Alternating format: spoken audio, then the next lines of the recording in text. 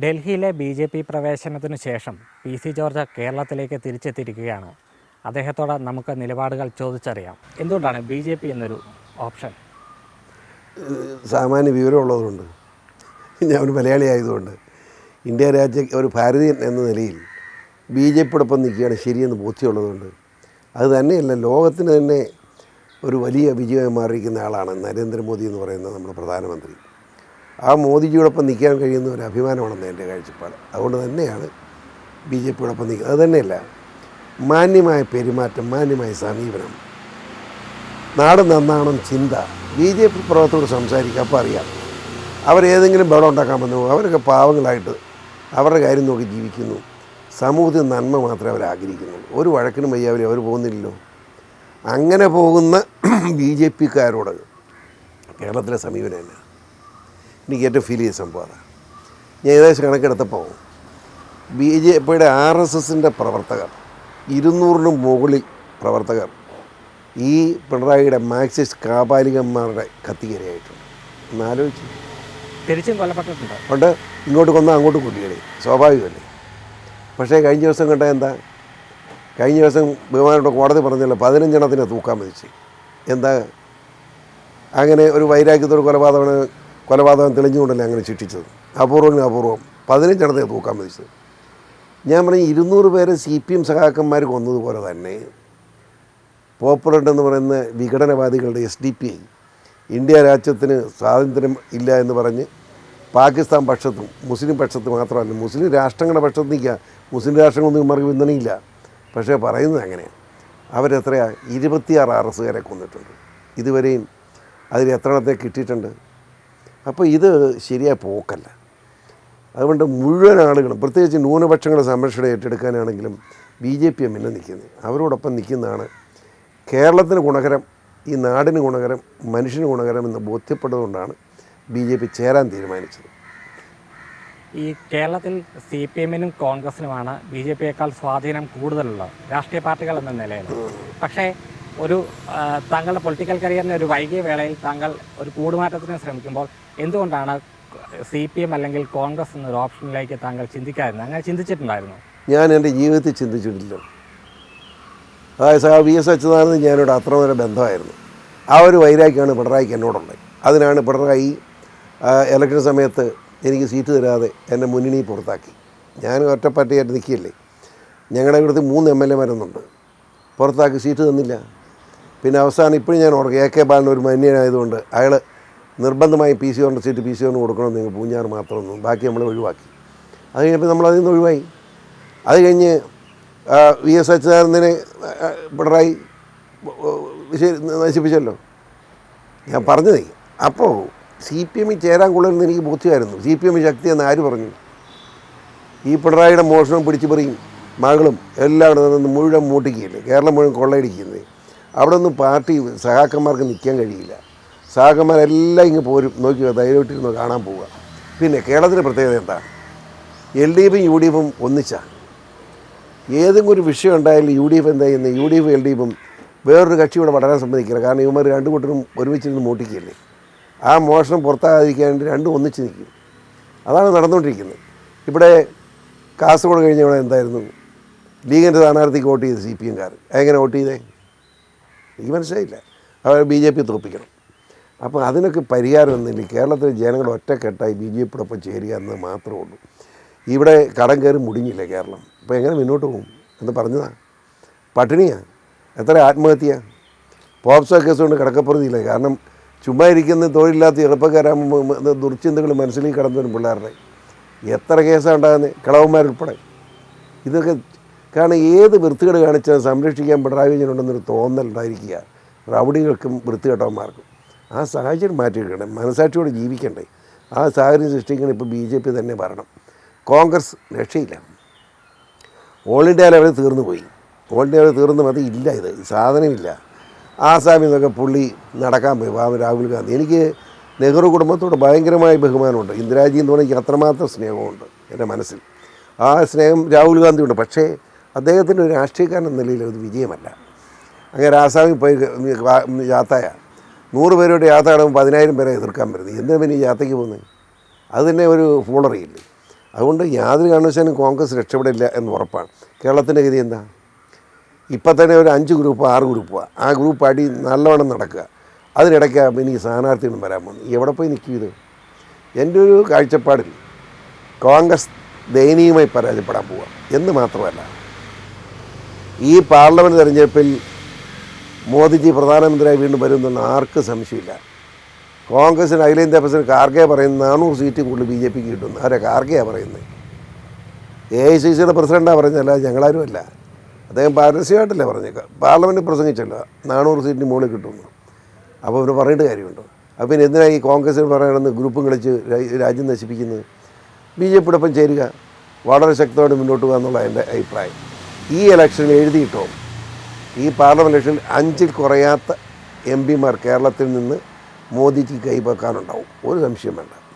അങ്ങനെ വന്നാൽ കേരളത്തിലെ കോൺഗ്രസ് തീർന്നു, കമ്മ്യൂണിസം തീർന്നു. ഇത് രണ്ടും കൂടെ ഒന്നിക്കാനുള്ള ലോകം മുഴുവൻ നടക്കുന്നത്. ഇപ്പോൾ അവരൊന്നിക്കട്ടെ. അടുത്ത 26-ലെ നിയമസഭാ തെരഞ്ഞെടുപ്പിൽ കോൺഗ്രസ് CPM സഖ്യവുമായിട്ടായിരിക്കും BJPയുടെ മത്സരം. BJPയുടെ മത്സരം പറഞ്ഞാൽ NDA സഖ്യം മത്സരിക്കാൻ പോകുന്നത് യാതൊരു സംശയം വേണ്ട. കോൺഗ്രസ് CPM സഖ്യത്തിനെതിരെയുള്ള മത്സരമായിരിക്കും. അവിടെ വെച്ച് ബലാബലം കേരളത്തെ ജനങ്ങൾ ബോധ്യപ്പെടുത്തി കൊടുക്കും. അതോടുകൂടി ഇവിടുത്തെ CPM റൗഡിസം നിൽക്കും, കൊലപാതകം നിൽക്കും. അതുപോലെ തന്നെ നമ്മുടെ കോൺഗ്രസിൻ്റെ ശല്യം ഒഴിഞ്ഞു കിട്ടും. ഇത് നടക്കാൻ പോവുക, ഒരു സംശയം വേണ്ട. റബ്ബർ മേഖലയിൽ ഉൾപ്പെടെയുള്ള കർഷകർക്ക് വേണ്ടി കേന്ദ്ര സർക്കാർ ചില അനുകൂലമായ നടപടികൾ എടുത്തുവെന്നും അതാണ് താങ്കളുടെ ഒരു ബി ജെ പിയിലേക്കുള്ള ഒരു വരവിന് കാരണമായതെന്നും താങ്കൾ അന്ന് BJP അംഗത്വം സ്വീകരിച്ചുകൊണ്ട് ഡൽഹിയിൽ പറഞ്ഞിരുന്നു. ഇല്ല, ഞാൻ അങ്ങനെ പറഞ്ഞിട്ടില്ല. താങ്കൾ കർഷകർക്ക് അനുകൂലമായ ചില നടപടികൾ റബ്ബർ മേഖല, അതായത് BJP ചേരുന്നതിന് വേണ്ടി കേന്ദ്ര നേതൃത്വം വിളിച്ചതനുസരിച്ച് ഞാൻ ഡൽഹി ചെന്നപ്പോൾ എൻ്റെ ചർച്ചയിൽ നഡ്ഡാജി ഉൾപ്പെടെ, അഖിലേന്ത്യാ പ്രസിഡന്റ് ഉൾപ്പെടെ മന്ത്രിമാർ പറഞ്ഞ് കേരളത്തിലുള്ള മന്ത്രിയാണ് നമ്മുടെ മുരളീധരൻ, അതുപോലെ അദ്ദേഹം, അതുപോലെ തന്നെ മലയാളിയായ മറ്റൊരു മന്ത്രിയാണ് നമ്മുടെ രാജീവ് ചന്ദ്രശേഖർ.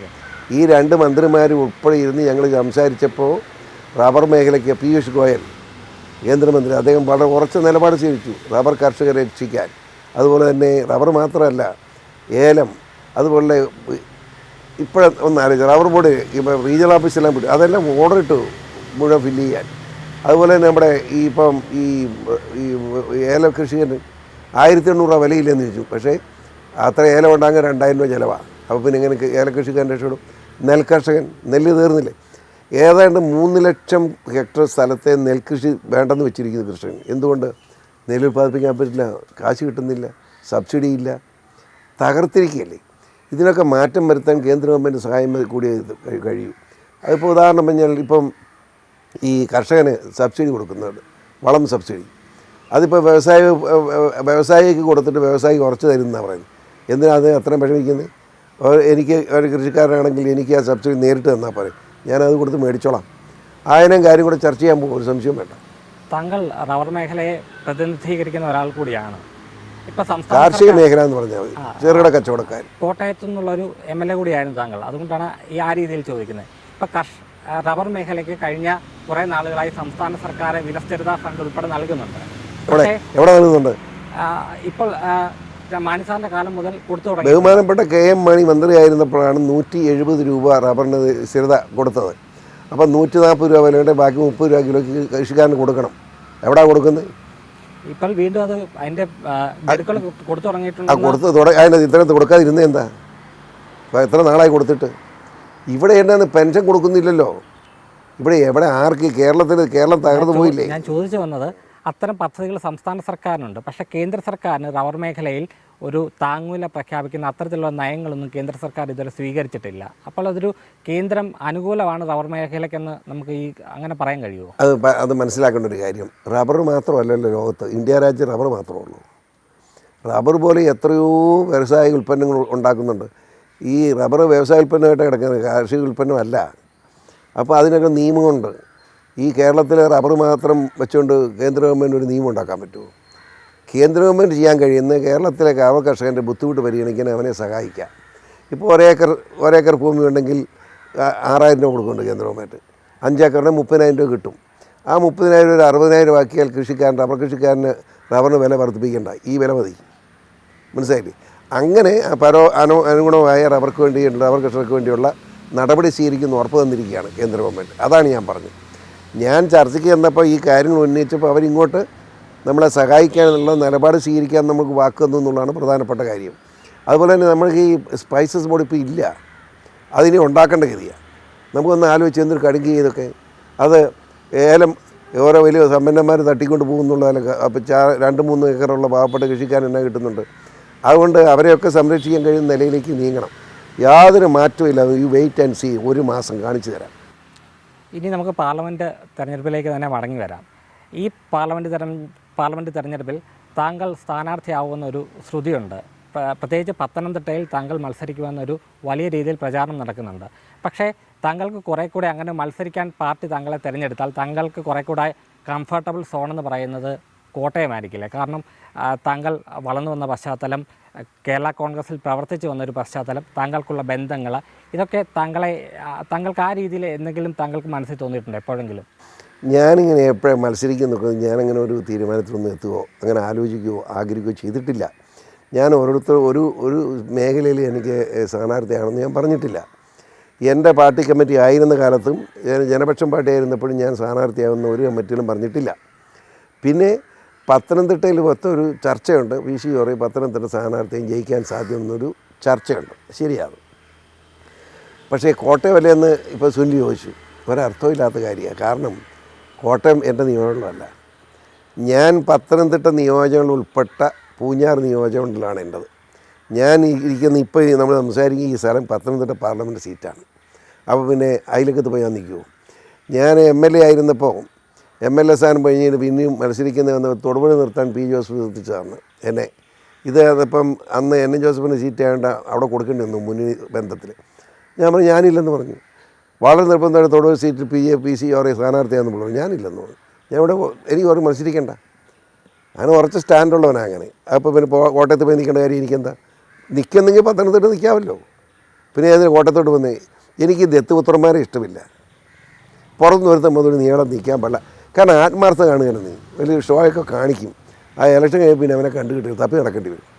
അതുകൊണ്ട് സ്വന്തം നിയമത്തിൽ തന്നെ നിൽക്കാവുള്ളൂ എന്ന് എൻ്റെ അഭിപ്രായം. അത് അത്ര വലിയ നേതാക്കന്മാരാണ് ചില ആളുകളൊക്കെ ചിലപ്പം പലയിടത്തും മാറി നിൽക്കേണ്ടി വരും, ഇല്ലെന്നൊന്നും പറയുന്നില്ല. പക്ഷെ കഴിയുമെങ്കിൽ അതൊക്കെ ഒഴിവാക്കണം. സ്വന്തം നിയമത്തിൽ വിലയില്ലാത്തവൻ പോയിട്ട് കാര്യമില്ലെന്ന് എൻ്റെ അഭിപ്രായം. അതുകൊണ്ടാണ് കഴിഞ്ഞ പാർലമെൻറ്റ് തെരഞ്ഞെടുപ്പിൽ BJPക്ക് ശബരിമല എന്നൊരു വിഷയം വലിയ പ്ലസ് പോയിൻ്റായിട്ട് പലരും ചൂണ്ടിക്കാട്ടിയിരുന്നു. പക്ഷേ ഇത്തരത്തിൽ അങ്ങനെ വൈകാരികമായ വിഷയങ്ങളൊന്നും ഈ തെരഞ്ഞെടുപ്പിലില്ല. പക്ഷേ ഈ തെരഞ്ഞെടുപ്പിൽ എന്തായിരിക്കും BJPയുടെ കേരളത്തിലൊരു സാധ്യത? ഒരു വളരെ കാലം പാർലമെൻ്ററി ഞാൻ ഒരു ചോദ്യം ഉത്തരം കറക്റ്റായിട്ട് ഞാൻ പറയാം. ഒരു മിനിമം 5 സീറ്റിൽ ഇവിടെ BJP ജയിക്കും. പത്തനംതിട്ട ഉൾപ്പെടെ ജയിക്കും, ഒരു സംശയം വേണ്ട. ഏതൊക്കെ വിഷയങ്ങളായിരിക്കും കേരളത്തിൽ BJP ഉയർത്തി കാണാൻ ശ്രമിക്കുക? താങ്കളുടെ ഒരു അത് പാർട്ടി നയപരമായി പറയേണ്ട കാര്യമാണ്. അതെനിക്ക് പറയാൻ അധികാരമൊന്നുമില്ലല്ലോ. ഇപ്പോൾ അങ്ങനെ പറയാൻ പറ്റില്ല. പക്ഷെ ഒരു കാര്യം പറയാം, ഇവിടെ മനുഷ്യൻ ജീവിക്കണ്ടേ? ക്രമസമാധാനം 1, 2 അഴിമതി, ഇതുപോലെ കൊള്ള നടക്കുന്നത്. കേരളത്തിൻ്റെ മുഖ്യമന്ത്രി മാളൊക്കെ ജയിലിൽ പോകാൻ പോകും. ഒന്ന് ആലോചിച്ച് എന്തൊരു ഗതികേടാണ് നമ്മുടെ ഇവിടുത്തെ പെൻഷൻ, സാമൂഹിക പെൻഷൻ മുഴുവൻ നിർത്തിയിട്ടിരിക്കലേ. 1000 രൂപ കൂട്ടിയിരിക്കുകയെന്ന് പാവപ്പെട്ട സ്ത്രീകൾക്ക് ഉള്ളത് കൊടുക്കുന്നില്ല, പിന്നെ കൂട്ടിയിട്ട് കാര്യമല്ലോ, കൊടുക്കണ്ടേ? അങ്ങനെ എല്ലാ മേഖലയും തകർന്നും തരിപ്പണമായി കേരളം. ആ സാഹചര്യത്തിൽ ഒരു സൽഭരണം ഇവിടെ ഉണ്ടാകുക, അഴിമതിരഹിതമായൊരു ഭരണം ഉണ്ടാകുക, കർഷകനും ചെറുകിട കച്ചവടക്കാർക്കും ഉപകാരം ചെയ്യുന്ന ഗവൺമെൻറ് ഉണ്ടാകുക. പിന്നെ വൻകിടക്കാരനില്ല കാര്യം നടക്കുമോ? വൻകിടക്കാരന് അവൻ വ്യവസായം ചെയ്യാതെ കച്ചവടം ചെയ്ത് പണം ഉണ്ടാക്കുന്നതിന് നമ്മൾ എതിർക്കേണ്ട കുശുമ്പുണ്ടാകണം. ഇതിനെ കുശുമ്പെന്ന് അവൻ വളരട്ടെ. അവൻ വളരുന്നതനുസരിച്ച് അവനിൽ നിന്ന് കൂടുതൽ നികുതി ഈടാക്കിക്കൊണ്ട് ആ പണം പാവങ്ങൾക്ക് കൊടുക്കാനുള്ള സംവിധാനം ചെയ്യണം. അല്ലാതെ ഇച്ചിരി അവൻ സമ്പന്നനായി അവനെ കൊന്നേക്കാം. അതിനോട് എനിക്ക് യോജിപ്പില്ല. സമ്പന്നന്മാരില്ല പിന്നെ മുന്നോട്ട് പോകും. അവൻ വ്യവസായം ചെയ്ത് കച്ചവടം ചെയ്ത് അല്ലെങ്കിൽ എന്തെങ്കിലും പുതിയ വ്യവസായ സംരംഭങ്ങളുണ്ടാക്കി അവൻ പണം ഉണ്ടാക്കട്ടെ. അവനെങ്ങനെ പണം ഉണ്ടാക്കി എത്ര പാവപ്പെട്ട ഒരു തൊഴിൽ കിട്ടും? അവനെ ഇന്ന് ടാക്സ് ഈടാക്കാൻ വരെ.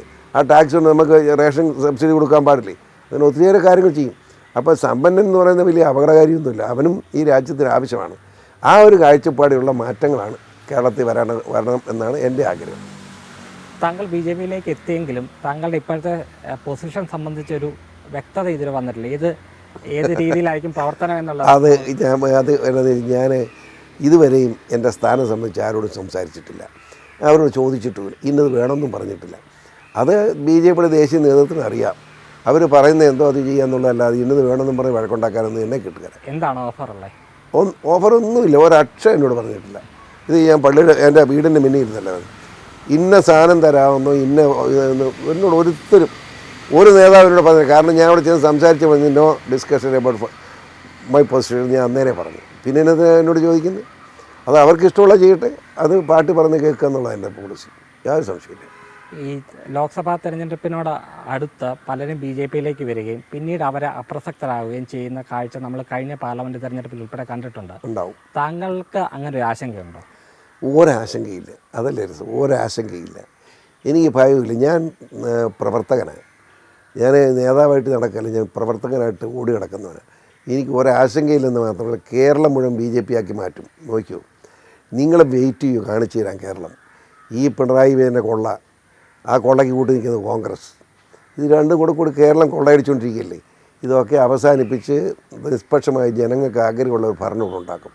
അതിൻ്റെ ഓട്ടപ്രദർശനം നടക്കുമ്പോൾ മിണ്ടിയ ഉടനെ പറയുന്നത് തന്നെ ക്രിസ്ത്യാനി എങ്ങനെ ചേരും, ഒന്നേനെ ചാടിപ്പറയും എന്നതാ നമ്മുടെ മണിപ്പൂർ. എനിക്കത് കേൾക്കും. ഈ മണിപ്പൂർ വിഷയം ഇന്നുണ്ടായതാണോ?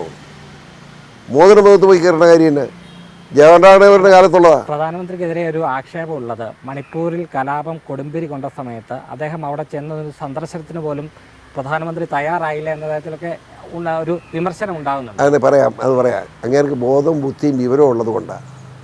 മണിപ്പൂർ ഒരു സ്ഥലത്ത് കലാപം കൂടുതലുണ്ടാകരുതെന്ന് അദ്ദേഹം ആഗ്രഹിക്കുന്നുണ്ട് എന്നതുകൊണ്ടാണ് അങ്ങനെ പോകാതിരുന്നത്. എന്താ ജവഹർലാൽ നെഹ്റുവിൻ്റെ കാലത്ത് ഇതില്ലേ, ശാസ്ത്രിയുടെ കാലത്തില്ലേ, ഇന്ദിരാജിയുടെ കാലത്ത് കിടത്തില്ലേ മണിപ്പൂർ? അതായത് നൂറ്റാണ്ടുകളെ കിടക്കുന്ന വംശീയ കലാപത്തിൻ്റെ ഭാഗമാണ്. അപ്പം ജവഹർലാൽ നെഹ്റുവിനെ ഇപ്പോൾ ശിക്ഷിക്കണമല്ലോ, അവിടെ കലാപം നടന്നെന്ന് പറഞ്ഞു. വി പി സിംഗിൻ്റെ കാലത്തുണ്ടായില്ലേ, ചന്ദ്രശേഖരൻ്റെ കാലത്തുണ്ടായിട്ടില്ലേ, ആറ് കാലത്തും ഉണ്ടാകാത്ത? കാരണം നൂറ്റാണ്ടുകളുടെ വംശീയ കലാപമാണ്. ഇവിടെ എല്ലാവരും പറയുന്നത് ക്രിസ്ത്യാനിൻ്റെ പള്ളി ആരാ ക്രിസ്ത്യാനിയെ തകർക്കുന്നത്? പിന്നെ വർത്തമാനപ്പെട്ട ആരാ കാര്യം? കുക്കി എന്ന് പറയുന്ന മലയോര മേഖലയുള്ള എസ് ടി വിഭാഗത്തിൽപ്പെട്ടവരാണ്. അത് മൈതൈ വിഭാഗം ടൗണിൽ കിടക്കുന്നവരാണ്. ഇവർ തമ്മിലുള്ള വംശീയ കലാപമാണ്. എത്രയോ ഒരു 75-80 കൊല്ലമായിട്ട് നടക്കുന്നതായിട്ട് എനിക്ക് ഞാൻ എൻ്റെ ചരിത്രം നോക്കി കണ്ടു. ഞാൻ നൂറ്റാണ്ടുകളായിട്ട് കിടക്കുക. അപ്പം മൈതൈ ക്രിസ്ത്യാനിയുടെ പള്ളി തകർക്കുന്ന കുക്കി ക്രിസ്ത്യാനിയാണ്, കുക്കി ക്രിസ്ത്യാനിയുടെ പള്ളി തകർക്കുന്ന മൈതൈ ക്രിസ്ത്യാനി. പിന്നെ ആരോടാ വർത്തമാനം പറയുന്നത്? ഞാൻ നമ്മുടെ ബോംബെ ആർച്ച് ബിഷപ്പ് വളരെ വ്യക്തമായിട്ട് അഭിപ്രായം പറഞ്ഞിട്ടുണ്ട്. ഇവിടെ പിണറായി വിജയൻ അടിച്ചു കൊടുത്ത ക്രിസ്ത്യാനിയെ എല്ലാം കൊല്ലുക. പിണറായി ക്രിസ്ത്യാനിയെ രക്ഷിക്കുന്നുണ്ടല്ലോ. പിണറായി SDP വേണ്ടി എല്ലാ വില കൂടും ചെയ്തിട്ടുണ്ടോ? ഇവിടെ കേരളത്തിൽ ഞാൻ ചോദിക്കും, ന്യൂനപക്ഷങ്ങളുടെ അവകാശമുണ്ട്. 1 രൂപയുടെ ആനുവലും ക്രിസ്ത്യാനിക്ക് ഇട്ടേക്കട്ടെ. ന്യൂനപക്ഷമല്ല ക്രിസ്ത്യാനി, മുസ്ലിമിനേക്കാൾ കൂടി ന്യൂനപക്ഷമാണല്ലോ. മുസ്ലിമിന് കൊടുക്കുന്നതിന് ഞാനെതിരല്ല, എന്താ വേണേൽ കൊടുക്കണം. ഞാൻ കൈപൊക്കി കൊടുത്തിട്ടില്ലേ നിയമസഭയ്ക്കകത്ത്. അതിനുവേണ്ടി ഇവിടെ മുസ്ലിമിൻ്റെ പള്ളിയിൽ പ്രവർത്തിക്കുന്ന ഉസ്താദ്മാരുണ്ട്, അവർക്ക് ശമ്പളം കൊടുക്കുന്ന ആരാ? നമ്മുടെ പഠിപ്പിക്കുന്നുണ്ടല്ലോ. അതായത് അറബി പഠിപ്പിക്കുന്ന അധ്യാപകന് ശമ്പളം കൊടുക്കുന്ന സർക്കാരാണ്, അവൻ പെൻഷൻ കൊടുക്കുന്ന സർക്കാരാണ്. ഇവിടെ ക്രിസ്ത്യാനിയുടെ വേദപാഠം പഠിപ്പിക്കുന്ന സാറന്മാർക്ക് അച്ഛന്മാർക്ക് വല്ല ശമ്പളം ഉണ്ടോ? സർക്കാർ അതിന് 1 പൈസ കൊടുക്കുന്നില്ലോ. മുസ്ലിങ്ങളുടെ അവിടെ കാശ് കൊടുക്കുന്ന നമ്മുടെ നീതി പടത്തിൽ നിന്ന് എടുത്ത് നമുക്ക് 1 രൂപ കൊടുക്കട്ടെന്ന്. പക്ഷേ അതിൽ ന്യൂനപക്ഷമായി ക്രിസ്ത്യാനിക്ക് കൊടുക്കാതിരിക്കാൻ മര്യാദ എന്താ? ഏതെങ്കിലും ഒരു വിഭാഗത്തെ സർക്കാർ പീഡിപ്പിക്കുന്നു എന്നൊരു സംശയം എന്താ? മുസ്ലിമിനെ മാത്രം പീഡിപ്പിക്കുകയാണ് SDP-കാരുടെ കയ്യിലല്ലേ പറഞ്ഞിരിക്കുന്നത്. അത് തന്നെ SDP-കാരെ മാത്രമാണ്. മുഖ്യമന്ത്രി മകളെ വരെ കെട്ടിച്ചു കൊടുത്തിരിക്കുന്ന ആർക്കാ? ഈ IS ഭീകരന്മാരുടെ ആളല്ലേ അയാൾ റിയാസ്. പിന്നെ ആരാ? അതൊരു ഗുരുതര ആരോപണമാണ്. ഗുരുതര എത്രയിടത്ത് പറഞ്ഞു, പരസ്യമായിട്ട് പറഞ്ഞു, മിണ്ടിട്ടില്ല ഇതുവരെ. അത് മിണ്ടുമ്പോൾ കാണിക്കാൻ ബാക്കി ഞാൻ കൊടുക്കാം. അങ്ങനെ എന്നെ പേടിപ്പിക്കണ്ട. താങ്കൾ കേരളത്തിൽ പിണറായിയുടെ ഒരു എതിർപക്ഷത്ത് കടുത്ത പിണറായി വിരുദ്ധനായി അല്ല. ഞാൻ പിണറായി അനുകൂലിച്ച് പറഞ്ഞിട്ടുണ്ട്. പിണറായി നല്ലവനായിരുന്നു. പിണറായി ഏറ്റവും അനുകൂലിച്ച് നിയമസഭ പ്രസംഗിച്ചുള്ള ഞാനാണ്. ചോദിക്കുമോ? 1767 മെഗാവാട്ട് വൈദ്യുതി ഉൽപ്പാദിപ്പിച്ച നേതൃത്വം കൊടുത്തവനാണ് പിണറായി. അത് ഞാൻ എല്ലായിടത്തും പറയാറുണ്ട്. അന്ന് നിയമസഭയിൽ അദ്ദേഹത്തെ അത്ര അഭിനന്ദിച്ചു. ഇന്നും കേരളം ഇരുട്ടിലാകാത്ത പിണറായിയുടെ അന്നത്തെ കഴിവാണ്. ഇടുക്കി കമ്മീഷൻ ചെയ്തപോലെ അങ്ങനെയല്ലേ. പക്ഷേ അത് കഴിഞ്ഞ പുള്ളിയിൽ അവരും കേസ് മോഷണം തുടങ്ങിയപ്പോൾ കൂട്ടാൻ പറ്റുകയില്ല. എനിക്ക് എതിർക്കാതിരിക്കാൻ പറ്റില്ല. എനിക്ക് സങ്കടത്തോടെ എതിർക്കുന്നത്. അങ്ങനെ മാത്രമേ കുടുംബം അടച്ച മോഷണമല്ലേ. പൊതു സ്വത്ത് മോഷ്ടിക്കുന്ന അഴിമതിയാണ്. അതാണ് എൻ്റെ ഞാൻ പറയുന്നത്. മനസ്സിലായോ? അത് പറയാതിരിക്കാൻ പറ്റില്ല. അതുകൊണ്ട് പിണറായിയോട് പറയുന്നു. ഞാൻ ചെയ്യട്ടെ, ഇവിടെ 4 പ്രാവശ്യം എന്നെ പിണറായിയുടെ പോലീസ് വന്ന് പിടിച്ചുകൊണ്ട് വീട്ടിൽ വന്നു. ഇവിടെ കൊണ്ടിരുന്ന് പറഞ്ഞ് മജിസ്ട്രേറ്റ് വീട്ടിൽ പൊക്കണം, കേസില്ല. എന്തിനാ പിടിച്ചുകൊണ്ട് വന്നതെന്നൊരു മജിസ്ട്രേറ്റ് ചോദിച്ചു. വനിതാ മജിസ്ട്രേറ്റ്, 3 വനിതാ മജിസ്ട്രേറ്റ്. ഈ മനുഷ്യൻ എന്തെങ്കിലും പിടിച്ചുകൊണ്ട് വന്നു പോലീസിനോട് ചോദിച്ചു. അവർ വാ വിളിച്ച് നിൽക്കുക. മോളിൽ നിന്നുള്ള നിർദ്ദേശമാണ്, പിണറായിയുടെ നിർദ്ദേശമാണ്. അങ്ങനെ കോടതി പറഞ്ഞാൽ ചിലവാകുമോ? വീട്ടിൽ പോകാൻ പറഞ്ഞു എന്നോട്. അതിന് കുളത്തിലൊക്കെ കാണിച്ച് പിണറായി എനിക്കിട്ട്, അതൊന്നും എനിക്ക് വിരോധമില്ല. പക്ഷെ അതിന് പ്രാക്കുണ്ട്, അനുഭവിക്കുന്നു. ആ പ്രാക്ക് എൻ്റെ ഭാര്യയുടെ പ്രാക്ക്, അത് അനുഭവിച്ചുകൊണ്ടിരിക്കുന്നത്.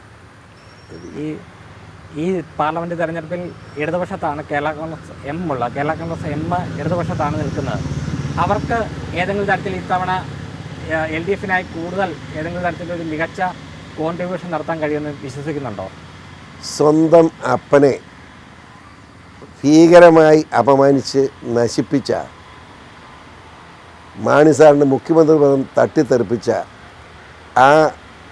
അവനുണ്ടാക്കുന്ന പാർട്ടി എന്നാ പാർട്ടിയാണ്? മാണി സാറിൻ്റെ പേരും പറഞ്ഞ പാർട്ടി മാണി ഗ്രൂപ്പ് അന്ന് നടക്കുക. ജോസ് കെ മാണി, അവൻ എന്ത് അവകാശം KM മാണിയുടെ പേര് പറയാൻ? അങ്ങനെ ആശുപത്രി മരിക്കാൻ കിടക്കുന്ന മകളെ കൊണ്ടുപോയി ആശുപത്രിയിലാക്കിയാൽ ഇവനല്ല. അന്ന് രാത്രി പോയവനെ എൻ്റെ വിശദാംശം കിടക്കുന്നില്ല. ഞാൻ എഴുതുന്നുണ്ട്, അപ്പോൾ ഇതെല്ലാം പരസ്യക്ക് എഴുതും. ആ മാണി സാറിൻ്റെ പേര് പറയാൻ യോഗ്യതയുണ്ടോ അയാൾക്ക്? മുഖ്യമന്ത്രി പദം സ്വന്തം തന്തയ്ക്ക് കൊടുക്കാൻ പറ്റുകയെന്ന് വഴക്കുണ്ടാക്കുക എന്ന് പറഞ്ഞാൽ അവനാണ് എന്നിട്ട് മാണി സാറിൻ്റെ പേരും പറഞ്ഞു നടക്കുന്നത്. പിണറായി ചേരുന്ന കക്ഷിയാണ്, അവിടെ ഇരുന്നോട്ട്. അവനും പോട്ടെ, അവനും മറ്റു വിശ്വാസങ്ങൾ ഇപ്പോൾ കിടക്കുന്നില്ല. താങ്കൾ കേരള കോൺഗ്രസിൽ നിന്ന് പുറത്ത് വന്നില്ലായിരുന്നെങ്കിൽ ഒരുപക്ഷെ ഇന്ന് കേരള കോൺഗ്രസിൻ്റെ തലപ്പത്ത് അതിൻ്റെ നിയന്ത്രണം തന്നെ താങ്കളുടെ കൈകളിലേക്ക്. അയ്യോ ദൈവത്തിന് തോത്രമായിരുന്നു. ദൈവം അങ്ങനെ പറയല്ലേ എൻ്റെ പ്രസിഡന്റിലെ. ഞാൻ അബദ്ധം നഷ്ടബോധം ഇപ്പോൾ ഉണ്ടോ? ഞാൻ കുന്തമാണ് വർത്താനം പറയുന്നു. ഇത് പിരിച്ചുവിടുന്നത് പറഞ്ഞവനല്ലേ ഞാൻ. എന്നെ ആരും പുറത്താക്കലായിരുന്നല്ലോ. ഞാൻ അവിടെ എന്താ, എന്നെ ആരും പുറത്താക്കാനും പറ്റുകയില്ല, എന്നെ ഒരു ചുക്കും ചെയ്യലായിരുന്നു. ഞാൻ സ്വയം രാജിവെച്ച് പോകുന്ന ഇവന്മാരുടെ ബന്ധം. ഇത് പിരിച്ചുവിടണം. ഈ പാർട്ടി ക്രിസ്ത്യാനിയുടെ പേരും പറഞ്ഞ് മനുഷ്യനെ കളിപ്പിക്കാനായിട്ട് കച്ചവടമല്ല, വേറെ ഒരു പണിയുണ്ട് ഇവന്മാർക്ക്. ജോസഫ് ഒരു മാൻ്റെ ഏറ്റവും വലിയ കൈക്കൂലിക്കാരനല്ലേ, എനിക്കറിയാമല്ലോ. ആർക്ക് വേണ്ടി ഇതുണ്ടാക്കിയത്? ചുമ്മാ അതുകൂടെ ഒന്ന് ഓർക്കണം. ശങ്കർ മുഖ്യമന്ത്രി ആയിരിക്കുമ്പോൾ ഇവിടെ നിലയ്ക്കൽ പ്രശ്നം, തൈക്കൽ പ്രശ്നമുണ്ട്. ക്രിസ്ത്യൻ പള്ളികൾ തമ്മിൽ തർക്കം നിൽക്കുക, അതുള്ള പ്രശ്നം. അന്ന് PT ചാക്കോ രാജിവെച്ചു. കാരണം എല്ലാവർക്കും അറിയാം, കേരളത്തിൽ രാജിവെച്ച് കഴിയുമ്പം ശങ്കർ ഒരു ഈഴവനെയല്ല മന്ത്രിയാക്കിയത്, നിയമവകുപ്പ് റവന്യൂ വകുപ്പ് മന്ത്രിയാണ്. ആരെയാക്കി? പൂഞ്ഞാറുകാരനായി TA മന്ത്രിയാക്കിയത്. ചാക്കോയ്ക്ക് പകരം കാഞ്ഞിരപ്പള്ളിക്കാരനായ ചാക്കോ രാജിവെച്ചതും പൂഞ്ഞാറുകാരനായി TA മന്ത്രിയാക്കി. എന്നാ തെറ്റ്? അതിനെതിരായിട്ടാണ് KM ജോർജും പാർട്ടിയും കൂടെ കേരള കോൺഗ്രസ് ഉണ്ടാക്കി. ഞാനൊക്കെ പൊട്ടന്മാരായതുകൊണ്ട് ആ കൂട്ടത്തിൽ നടന്നു. ബോധം വന്നപ്പോൾ ഇത് തെറ്റാന്ന് എനിക്ക് മനസ്സിലായി. അതുകൊണ്ട് ഞാൻ പിരിഞ്ഞത്. അല്ല, കേരള കോൺഗ്രസ് എന്നുള്ള പറയുന്നത് ഇതുപോലെ ക്രിസ്ത്യാനിക്ക് ഉപദ്രവം ചെയ്തൊരു പാർട്ടിയില്ല. മന്നന്തപ്പം വന്ന് പേര് കൊടുത്തേണ്ട 3-ാം മാസം പുള്ളി പറഞ്ഞ് ഇത് പിരിച്ചുവിടാൻ മതി, പുള്ളി സ്ഥലം വിട്ടല്ലോ. അങ്ങനെ മന്നന്തപ്പം തീരെ മഠയനാണോ? അദ്ദേഹത്തിന് മനസ്സിലായി കളക്കച്ചവടം വന്നു, അതുകൊണ്ട് അദ്ദേഹം വിട്ടേച്ച് പോയി. ഒരു കാരണവശാൽ മന്നന്തപ്പം പറഞ്ഞ് അന്ന് കേൾക്കേണ്ടതായിരുന്നു ക്രിസ്ത്യാനി. KM ജോർജ് മന്ത്രിയായപ്പോൾ KM ജോർജ് കളിച്ചു. അതല്ല എന്നാ കാര്യം? TA ക്രിസ്ത്യാനിയല്ലേ, പിന്നെ അന്ന് തൊമ്മയ്യർ എന്നാണ് തൊമ്മൻ അറിയപ്പെടുന്നത്, അറിയാമോ? കാരണം ഈശ്വരയ്യർ എന്ന് പറഞ്ഞ പോലെ അങ്ങനെ നിയമവിദഗ്ധനാണ്. നിയമസഭയിൽ ഏറ്റവും കൂടുതൽ നിയമകാര്യങ്ങൾ പറഞ്ഞാൽ TA. ആ മനുഷ്യനെ മന്ത്രിയാക്കിയത് തെറ്റാണെന്നും പറഞ്ഞാൽ ഇവിടെ ക്രിസ്ത്യാനിയെല്ലാം കൂടെ ചാടിയത്. അത് വീടില്ലാത്ത കുറേ ക്രിസ്ത്യാനികളൊന്നുമല്ല അതിന് മറുപടി പറയാൻ പറ്റുമോ? എനിക്ക് ദുഃഖമുണ്ടെന്ന്. ഈ കോൺഗ്രസിനുള്ളിലെ സംഘടനാ പ്രശ്നങ്ങളെപ്പറ്റി താങ്കൾ പറഞ്ഞു. നിലവിൽ കേരളത്തിൽ BJPക്കുള്ളിലും സംഘടനാ പ്രശ്നങ്ങളുണ്ടെന്ന് പുറത്ത് വാർത്തകളുണ്ട്. അപ്പോൾ ഇങ്ങനെയൊരു സംഘടനാ പ്രശ്നങ്ങൾ ഉണ്ടെന്ന് വാർത്തകൾ ഉണ്ടാകുമ്പോൾ അടുത്ത പാർലമെൻറ്റ് തെരഞ്ഞെടുപ്പിലേക്ക് BJP പോകുമ്പോൾ അവർക്ക് അതൊരു വെല്ലുവിളിയാവാൻ സാധ്യതയുണ്ടോ? താങ്കളുടെ ഒരു ഞാൻ അറിയാൻ മേലാത്ത പറയാം. ഞാനെങ്ങനെ പറയും? ഞാൻ ചേർന്നിട്ട് ഇപ്പം 31-ാം തീയതി ഞാൻ മെമ്പർഷിപ്പ് എടുത്ത്, ഇപ്പോൾ ഇന്ന് 2-ാം തീയതി ആയിട്ടുള്ളൂ. ഞാൻ അന്വേഷിക്കട്ടെ, അത് 4-ാം തീയതി ആകുന്നുള്ളൂ. അപ്പോൾ എനിക്ക് ഇതുവരെ അറിയത്തില്ല. എൻ്റെ അടുത്ത് കേരളത്തിലെ എല്ലാ ജില്ലകളിൽ നിന്നുള്ള BJPയുടെ നേതാക്കന്മാരും ഞാനായിട്ട് എന്നെ ഫോണിൽ വിളിക്കുകയും സംസാരിക്കുകയും ഒക്കെ ചെയ്തു. അഭിനന്ദനം തരുമോ? ഇന്നും വിളിച്ചുകൊണ്ടിരിക്കുന്നു. ഇതിനകത്ത് ആരും ഒരു ഗ്രൂപ്പ് കേസ് വർത്തമാനം പറയുന്നത് എനിക്കറിയത്തില്ല. ഒന്നാമത് ഇപ്പം BJPയുടെ സംസ്ഥാന പ്രസിഡന്റ് സുരേന്ദ്രൻ യാത്ര നടത്തുക. ആ യാത്രയിൽ ആയിരങ്ങളാണ് പങ്കെടുത്തുകൊണ്ടിരിക്കുന്നത്. അങ്ങനെ ഗ്രൂപ്പ് ഉണ്ടെങ്കിൽ അങ്ങനെ എത്ര ആൾ കൂടുമോ? ഒരു ഗ്രൂപ്പുമില്ല എവിടെയെങ്കിലും. എന്നാൽ എൻ്റെ കണക്കാക്ക്. അല്ലെ അത് അറിയട്ടെ, അപ്പം ഞാൻ അതിനെപ്പറ്റി പറയാം. അറിയാമെങ്കിൽ അറിയാവുന്ന തന്നെ പറയും. ഇല്ലെന്ന് ഞാൻ കള്ളം പറഞ്ഞ ഇടപാടൊന്നുമില്ല. ഇപ്പോൾ വളരെ ഐക്യത്തോടെ നമ്മുടെ മന്ത്രി മുരളീധരൻ ആണ് കേരളത്തിന് അഭിമാനമാണ് മുരളീധരൻ, നിങ്ങൾക്ക് അറിയാമോ? അങ്ങനെ ഡൽഹിയിലൊക്കെ ചെന്ന് കഴിയുമ്പോൾ അവിടെ നിന്ന് മലയാളിയെ സംരക്ഷിക്കാൻ വേണ്ടി അദ്ദേഹം ചെന്ന സേവനം കണ്ടു പഠിക്കേണ്ടതാണ്. എൻ്റെ അനുഭവം ഞാൻ പറയുന്നത്. അവരെ ഒറ്റക്കെട്ടായിട്ട് മുന്നോട്ട് പോവുക. ആ പോകുമ്പോൾ പിന്നെ പുറത്ത് നിന്നുകൊണ്ട് അവർ ഗ്രൂപ്പാന്ന് എന്നാ ഗ്രൂപ്പ് എനിക്ക് മനസ്സിലായില്ല. അതൊക്കെ ചുമ്മാ പാർട്ടിയെ തകർക്കാൻ വേണ്ടി പറയുന്നത് വൃത്തികേടാണെന്ന് ഞാൻ വിശ്വസിക്കുന്നില്ല. BJPക്കകത്ത് എന്തെങ്കിലും ഗ്രൂപ്പുണ്ടെന്ന്. താങ്കൾ ന്യൂനപക്ഷ വിഭാഗത്തിൽ നിന്നുള്ള ഒരു പൊതുപ്രവർത്തകനാണ്. അതെ. BJPയുടെ ഭരണത്തിന് കീഴിൽ ന്യൂനപക്ഷങ്ങൾക്ക് ആശങ്കയുണ്ടെന്ന് വലിയ പ്രചാരണം നടക്കുന്നുണ്ട്. അതേക്കുറിച്ച് എന്താണ് ആശങ്ക? പിണറായി വിജയന് ആശങ്കയുണ്ട്. പിണറായി വിജയൻ ഒത്തിരി ന്യൂനപക്ഷങ്ങളെ ക്രിസ്ത്യാനി ന്യൂനപക്ഷത്തെ സംരക്ഷിക്കുന്നുണ്ടല്ലോ എന്ന്. പിന്നെ ED സതീശന് ആശങ്കയുണ്ട്. കാരണം അങ്ങേര് ന്യൂനപക്ഷങ്ങളെ മെത്രാന്മാരെ ചീത്ത വിളിക്കുന്ന അങ്ങേരാ. മെത്രാന്മാരെ ചീത്ത വിളിച്ച ആളാണ് ED സതീശൻ. അങ്ങേർക്ക് പിന്നെ ക്രിസ്ത്യാനി ഒത്തിരി ഉപകാരം ക്രിസ്ത്യാനി ചെയ്തിട്ടുണ്ടല്ലോ എന്ന്. അപ്പോൾ അങ്ങനെ ആശങ്ക ഭയങ്കര ആശങ്കയുടെ ഇങ്കാങ്ങ് മാറ്റി വെച്ചാൽ മതി. ഞങ്ങൾക്കെല്ലാം മനസ്സിലാവുന്നത് ക്രിസ്ത്യാനി വിവരം പഠിച്ചിട്ടുണ്ട്. ഇനി നോക്കിയോളൂ അവർ, ഒരു പ്രശ്നമില്ല. എന്തായിരിക്കും BJPയുടെ കേരളത്തിലെ ഭാവി എന്തായിരിക്കും? കേരളത്തെ ഭാവി കേരളം ഭരിക്കും. BJP ഒറ്റയ്ക്ക് ഭരിക്കും. കഴിഞ്ഞ തവണ 30 സീറ്റ് വരെ നേടുമെന്നൊക്കെ ഒരു പ്രചാരണം ഉണ്ടായി. പക്ഷേ ആ കാര്യത്തിൽ എനിക്ക് ഉത്തരവാദിത്വമില്ല. ഞാൻ പറഞ്ഞ കാര്യങ്ങൾ എനിക്ക് ഉത്തരവാദിത്വം. അടുത്ത തെരഞ്ഞെടുപ്പിൽ നിയമസഭാ തെരഞ്ഞെടുപ്പിൽ BJPക്ക് വലിയ ഭൂരിപക്ഷം ലഭിക്കും. അടുത്ത നിയമസഭാ തെരഞ്ഞെടുപ്പിൽ നിർണായകമായ ഒരു കക്ഷിയാണ് BJP എന്ന് കേരളത്തിലെ ജനം വിധി എഴുതും. ഒരു സംശയം വേണ്ട. താങ്കൾ വളരെ പതിറ്റാണ്ടുകളായി കേരളത്തിൽ പ്രവർത്തിച്ചു വരുന്ന ഒരു പൊതുപ്രവർത്തകനാണ്. നമ്മുടെ തൊട്ടടുത്ത സംസ്ഥാനമായ തമിഴ്നാട്ടിൽ ഒരു തലമുറ മാറ്റം നടക്കുന്നുണ്ട്. BJPയിലാണെങ്കിലും DMKയിലാണെങ്കിലും ഒപ്പം തന്നെ ഇപ്പം വിജയ് പുതിയ പാർട്ടിയായിട്ട് വന്നിരിക്കുന്നു.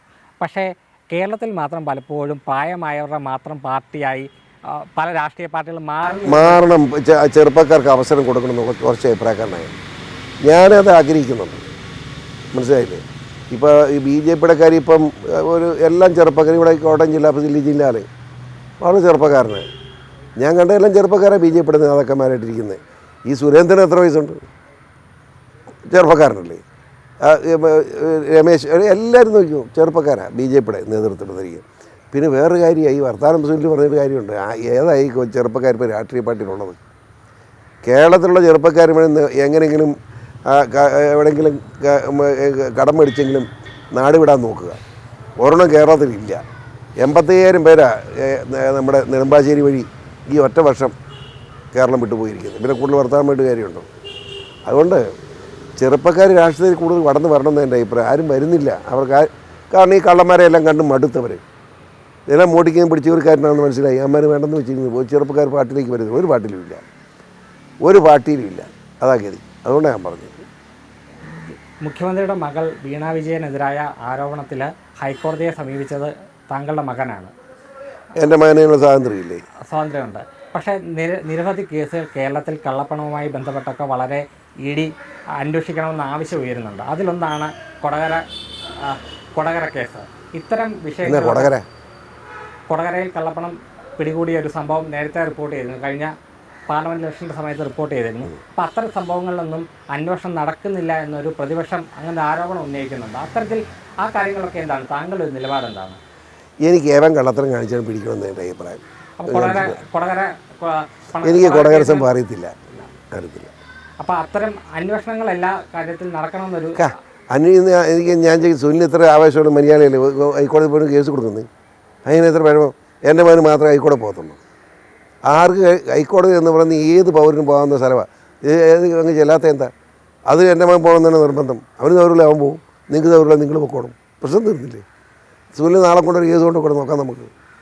ചുമ്മാ വല്ല പറയുന്നൊരു പത്രക്കാരൻ വർത്താനം പറയാതെ അതുകൊണ്ട് പറയുക. നിങ്ങളറിയാം എൻ്റെ മകൻ്റെ കേസ് എനിക്കറിയത്തില്ല. ഞാൻ ഈ അടുത്ത കാലത്ത് പത്രത്തിൽ വായിച്ച ഈ കേസിനെ പറ്റി പഠിച്ചത്. ഞാൻ ഇന്ന് രാവിലെ അവനോട് ചോദിച്ചു. ഞാനതിൽ ഇടപെടാറില്ല. ഞാൻ ഒരു കാര്യം അവന് സഹായിച്ചിട്ടുമില്ല. അതിൻ്റെ ആവശ്യം അവനില്ല. അവൻ്റെ കാര്യം നോക്കി പോകുന്ന അവൻ്റെ പൊളിറ്റിക്സ് ഉണ്ട്. അതിപ്പം ഏതായാലും ഒരു 3-4 ദിവസമായിട്ട് പിണറായി മകളൊന്നും വീട്ടിൽ ഉറക്കമില്ലെന്ന് ഞാൻ കേട്ടു. അവിടെ നിന്ന് ഞാൻ വീട്ടിൽ നിന്ന് ഒരാൾ എന്നോട് പറഞ്ഞതാണ്. കടുത്ത് പോയി PC ഞങ്ങളുടെ പുള്ളിക്ക് വലിയ ക്ഷീണമാണ്, ഉറക്കമില്ലെന്ന്. ഞാൻ ഉറങ്ങാതിരിക്കുന്ന കാര്യത്തിൽ മോശമായിട്ടാണ്. ഇതുകൊണ്ട് തീരുകയില്ല. ഈ ഫ്രോഡ് കമ്പനിയുടെ അന്വേഷണം കൊണ്ട് മാത്രം തീരുകയില്ല. വരാൻ പോകുന്ന ഇപ്പം ലെവലിംഗ് കേസ് ഇപ്പോൾ വരും. സ്വർണ്ണക്കള്ളക്കടത്ത് കേസിൻ്റെ CBI റിപ്പോർട്ട് വന്നിട്ട് കേട്ടോ ഒളിച്ചു വെച്ചിരിക്കുക. അതൊക്കെ പുറത്തു വരും. ഇപ്പം പിണറായി ഒരു സങ്കടമുണ്ട് പറയാൻ. പിണറായി വിജയൻ്റെ ഒരു അന്ത്യം ജയിലിൽ കിടന്നായിരിക്കും. എന്നാ ചെയ്യാനാ? താങ്കൾ രാഷ്ട്രീയ ഓക്കെ, താങ്ക് യു.